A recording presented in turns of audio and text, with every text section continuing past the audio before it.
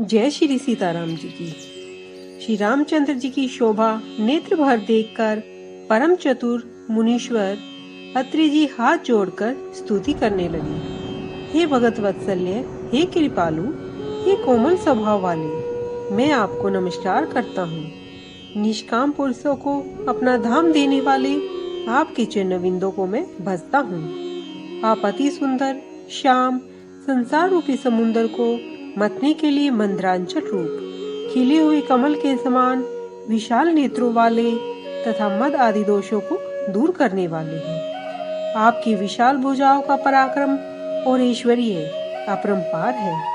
हे स्वामी, आप तरकश और धनुष बाण धारण करने के लिए त्रिलोकीनाथ और सूर्यवंश के शिरोमणि महादेव जी के धनुष को तोड़ने वाले, मुनीश्वर और संतों को प्रसन्न करने वाले तथा राक्षसों का समूह को नाश करने वाले हैं। आप महादेव के द्वारा वंदित, ब्रह्मा आदि देवताओं से सेवित, शुद्ध ज्ञान स्वरूप और संपूर्ण दोषों के हरने वाले हैं।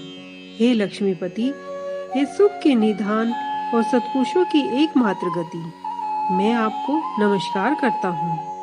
हे वामन जी, श्री जानकी जी और भाई लक्ष्मण जी के साथ मैं आपका ध्यान करता हूँ। जो पुरुष ईर्ष्या छोड़कर आपके चरणों को भजते हैं, वे कुतुर रूपी लहरों से पूर्ण भव सागर में नहीं गिरते। जो एकांतवासी अपनी मुक्ति के लिए प्रसन्नता पूर्वक आपका भजन करते हैं, वे आपकी ही गति को पाते हैं। जो अद्वितीय अद्भुत स्वरूप समर्थ इच्छा रहित ईश्वर सर्वव्यापक जगत गुरु सनातन तुर्य वे एकमात्र है तथा जो भाव प्रिय पुरोहियों को अति दुर्लभ और भक्तों के लिए कल्प वृक्ष सम और पूर्वक सेवा करने योग्य है, उन्हें मैं सदैव भजता हूँ। हे अनुपम रूप वाले राजा, हे सीतापति, मैं आपको प्रणाम करता हूँ। मुझ पर प्रसन्न होइए, अपने चरणविंदों की भक्ति मुझे दीजिए। मैं आपको नमस्कार करता हूँ। जो मनुष्य यह स्तुति आदर सहित पढ़ते हैं, वे आपकी भक्ति से युक्त होकर आपके पद को प्राप्त होते हैं, इसमें संशय नहीं है।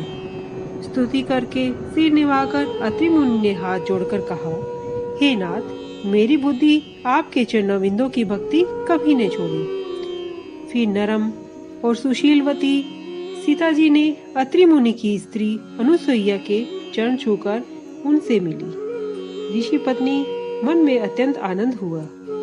आशीर्वाद देकर उन्होंने उसे अपने पास बिठा लिया और उन्हें स्वर्गीय वस्त्र आभूषण पहनाए, जो नित्य नए सुंदर और निर्मल बने रहते हैं। स्त्री पत्नी सीधी और कोमल वाणी से कुछ स्त्री धर्म वर्णन करने लगी। हे राजकुमारी, सुनो, माता पिता भाई यह सब हितैषी हैं, परंतु थोड़े ही समय तक सुख देने वाले हैं। हे जानकी, पति तो अपार सुख देने वाला है। वह स्त्री नीच है जो पति की सेवा नहीं करती। हे जानकी, सुनो, तुम्हारा नाम स्मरण करने से स्त्रियां पतिव्रत धर्म पालन करेंगी। तुम्हें तो श्री राम जी प्राणों के समान प्यारे हैं। मैंने वह कथा तो संसार के निमित्त ही कही। यह सुनकर जानकी जी ने परम सुख पाया और आदर सहित प्रणाम किया। तब कृपा निधान राम जी ने मुनि से कहा कि आज्ञा हो तो दूसरे वन में जाऊं। मुझ पर सदा कृपा करते रहिएगा। सेवक जानकर स्नेह न छोड़िएगा। धर्म धुरंधर प्रभु की वाणी सुनकर ज्ञानी मुनि प्रेम पूर्वक बोले कि अब मैंने लक्ष्मण जी की चतुराई समझी, जिन्होंने सब देवताओं को छोड़कर आपको ही भजा, जिसके समान अत्यंत बड़ा और कोई नहीं। उनका शील भला, ऐसा क्यों न होगा। ब्रह्मा शिव सनकादि सभी मोक्षवादी जिसकी कृपा चाहते हैं। हे राम, आप ऐसे दीन बंधु हैं और निष्काम भक्तों के प्यारे हैं, जो कोमल वचन बोलते हैं। हे स्वामी, किस प्रकार कहूँ कि आप जाइए। हे नाथ, आप ही कहिए, आप अंतर्यामी हैं। ऐसा कहकर धीर मुनि ने प्रभु की ओर देखा। नेत्रों में जल बह रहा है और शरीर पुलकित है। मुनि का शरीर पुलकित हो स्नेह से पूर्ण है। नेत्र भी श्री राम जी के मुख कमल की ओर देख रहे और विचार रहे हैं कि कौन सा ऐसा जब तब मैंने किया कि मन बुद्धि गुण और इंद्रियों से परे प्रभु के दर्शन पाए। जप योग तथा धर्म समूह से मनुष्य अनुपम भक्ति पाते हैं और रामचंद्र जी के पवित्र चरित्र तुलसीदास रात दिन गाते हैं।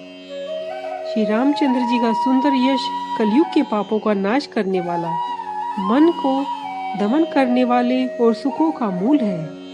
जो लोग आदर पूर्वक इसे सुनते हैं उन पर रामचंद्र जी प्रसन्न रहते हैं। यह कठिन कलिकाल पापों का भंडार है। इसमें न धर्म है, न ज्ञान है, न योग जप है। जो सबका भरोसा छोड़कर राम जी को भजते हैं वे मनुष्य चतुर है। जय श्री सीताराम जी की।